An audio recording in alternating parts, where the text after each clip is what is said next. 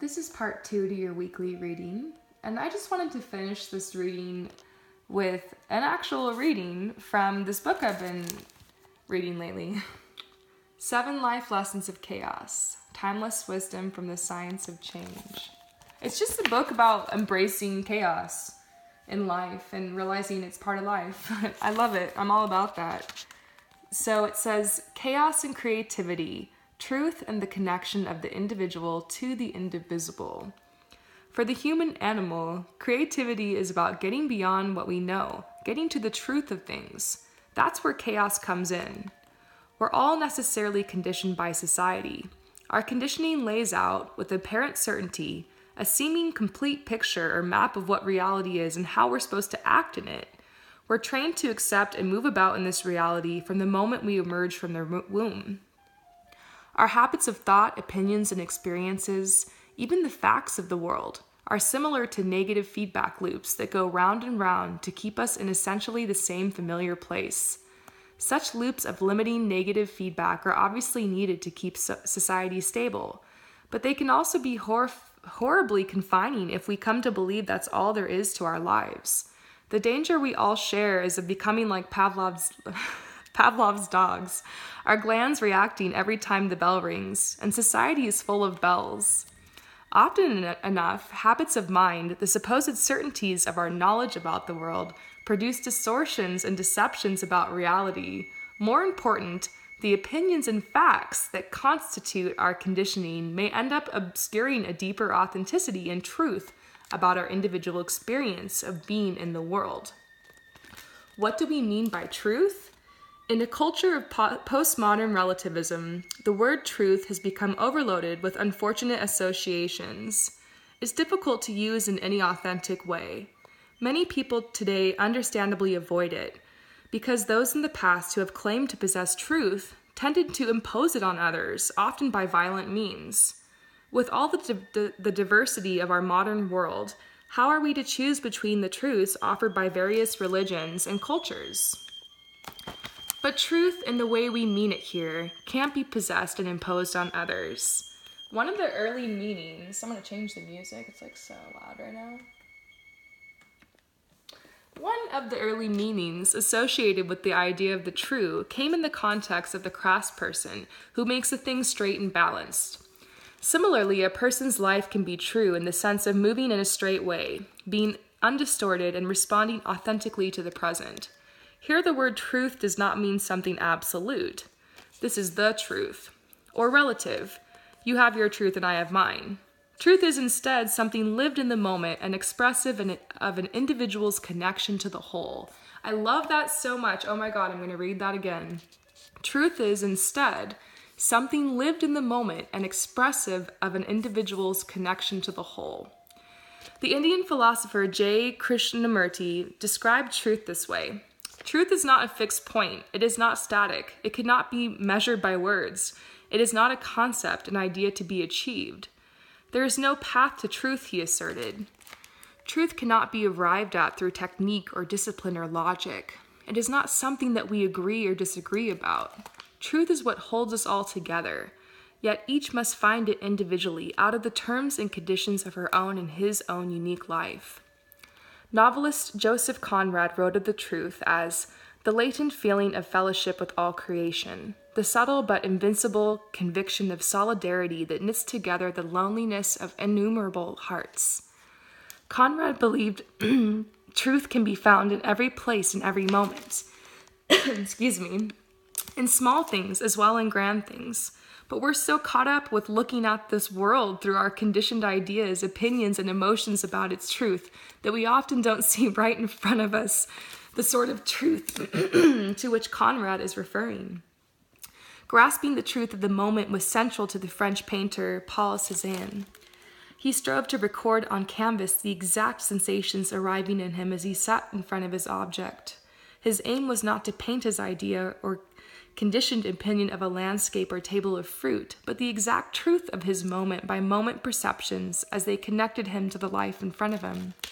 He would make small movements of his head as he painted, each new glance acting to shift the entire scene and calling it to question what he had previously seen and painted. His paintings are therefore a series of bifurcation points of vision, constituting what has been called Cézanne's doubt. Cézanne believed that in the fluctuation of these little sensations, as he called them, lay the truth of his perception. He encourages us to come into contact with the movement of truth that lies in constantly questioning what we see and think about the world. Truth and chaos are linked. To live with creative doubt means to enter into chaos so as to discover there the truth that cannot be measured by words. Oh my gosh, I love that. First of all, I just want to say, don't let anything hold you back from doing what you love. I have dyslexia, and I have a stutter, and I kind of have like something in my throat right now. Excuse me. But I wanted to read this to you all, and I love doing this, and I'm not going to let anything hold me back. So if you want to do something, and you have a disability or something like that, just do it, and don't look back. Don't care. Like, find a way. I did, and you can too.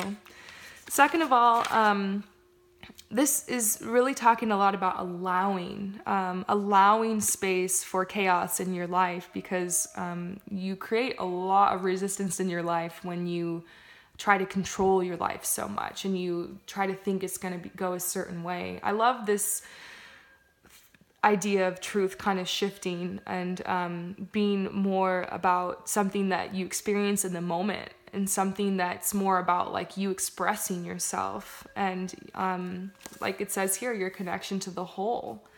So it's true, like we're conditioned from when we're born, like how to fit into this society, but everybody is going to have their own truth, and everybody is going to have their own unique way of like expressing themselves. And so if you try to follow anyone else or anyone else's idea of what you should be or how you should be or how you should act, then you just end up in misery. And I tried for a while fitting in because I'm obviously an Aquarius, I'm eccentric, I'm an artist, I'm clairvoyant.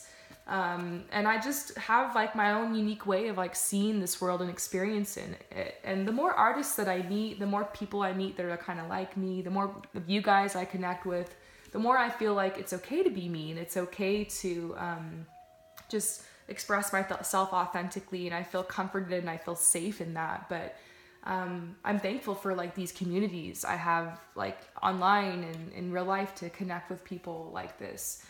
But it can be very lonely on your path when you don't have that, or you haven't yet found that, or you're not like seeking that yet, to just feel alone and like not feel safe yet to like define yourself in midst this society. So they're saying like truth, it's like more like an essence of yourself that's like shifting in each moment. And so they're saying you need to, I like this, they're saying truth is the latent feeling of fellowship with all creation. So I don't know, the word fellowship is like kind of sticking out to me. Like you need to be connected to other people in order to express your truth. And a lot of times we isolate ourselves because of the fear that like other people won't accept us, the fear that if we're vulnerable, if we're honest, if we truly express ourselves, that people aren't going to accept that. But they're wanting us, I'm feeling this message like to let go of what people think. Like if certain people don't accept you and don't accept your truth, those are your no people. And the people that do accept you and like will accept who you are and your truth, those are your yes people. And those are the people that you're going to find opportunities with, and that are going to be blessings through those people. So know who your no people are and know who your yes people are. That's so important. I've been learning that in life. And I love this. I hope I pronounced this right. Oh my gosh, his name.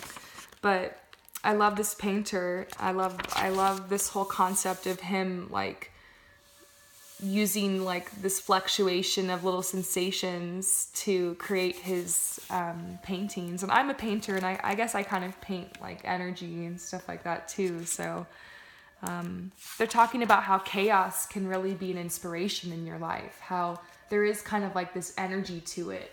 So if there's any chaos in your life right now, I'm just sending you love and light to embrace it, to realize that it's part of life. Out of chaos, something beautiful and something epic and something wondrous can be born, and there is kind of an order to it. So maybe I'll read you guys more from this book, and oh my gosh, it's just so cool. I love these books that have like these little inserts like this. It's so cool. They're showing like pictures of like chaos, like how beautiful it can be in real life. It's so gorgeous. Anyways, I hope you guys enjoy this. I'm sending you so much love and light. Peace out.